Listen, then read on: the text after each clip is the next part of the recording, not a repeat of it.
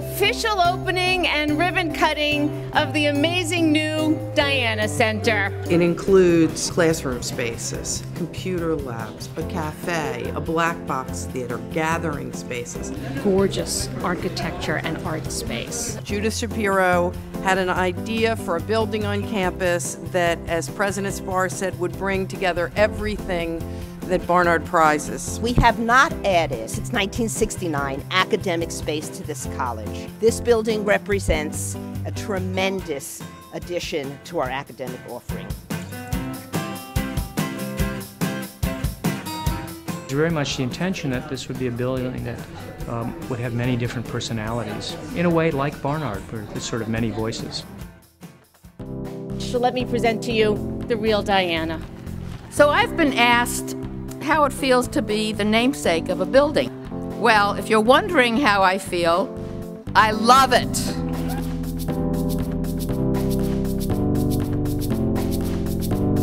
This building has demonstrated its power to invite everyone in and to center our community. Students are already loving it. They come in smiling in this building. We have the responsibility for the well-being of the strongest, smartest, most impressive young women in this country.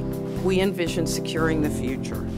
And today the future is here, and it's bright and colorful and beautiful, just like Barnard women. Till there are no problems to solve, no inequities to write about, and no challenges to overcome, we need to keep Barnard in the best condition possible for educating its students and creating an academic community in touch with the world. It is a building that is worthy of our students. Let's house our old traditions in this new building.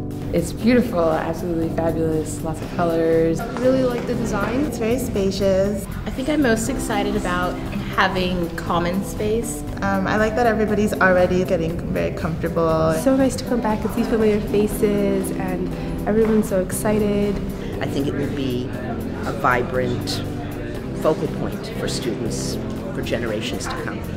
So for all the members of the fantastic Barnard community, this one's for you. I want to say thank you and welcome to the students who have put up with the construction and the tunnels. It's yours. Enjoy.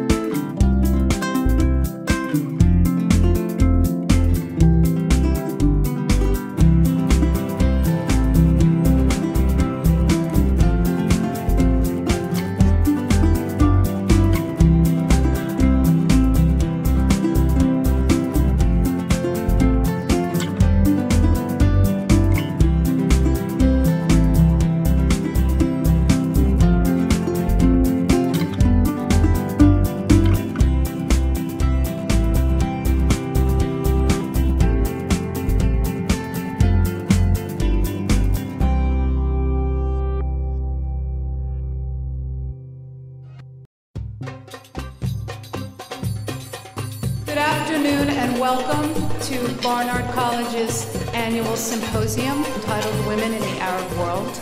I thought what Barnard should do was to explore the questions of women's leadership around the world and to understand from our American perspective, to at least get a glimpse into how women in the Arab world were moving into positions of leadership and what kind of leadership styles and lives they were forging for themselves. So it's really especially lovely to join you today in bringing both Barnard and the Arab world together for this very special event.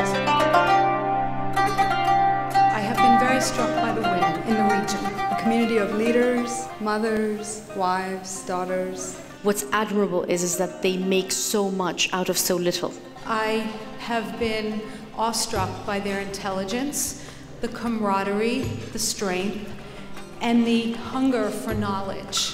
For us to pursue a human capital strategy which neglects half of our society, which are women, would be extremely foolish of us. Every day as I awaken, I open the paper and find our sisters still in trying times. You read about things like the Middle East and the conflicts with Iran and Iraq. We live this reality and we need to find solutions. We understand that our lives, our commerce, our security, our arts and culture is influenced by and interdependent with all of the lives of people from across the globe. We need forums such as these to erase the popular stereotype of women as the weaker sex with limited social roles. It's not enough to open the door, it has to stay open so other people can come through. Individually, we can make a difference, but collectively, we can change the world.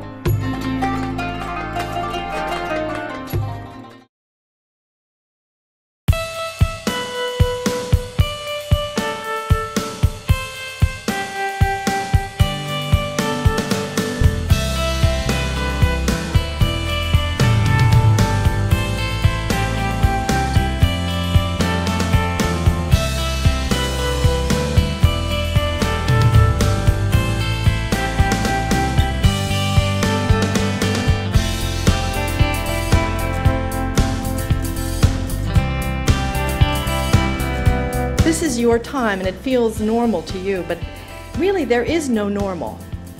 There's only change and resistance to it, and then more change. My favorite thing about teaching Barnard students, I think, is the creativity that they bring to the learning process. A Barnard woman is strong and beautiful and ready to take on whatever challenges meet her. You can be a Barnard woman, but everyone is their own woman, and I think if that doesn't sound contradictory, it's part of it, that you really grow to be just great in whatever way you want to be. Because there is no cohesive identity and there's no singular Barnard identity. You find your Barnard identity in how you invest yourself and what you choose to put your time into.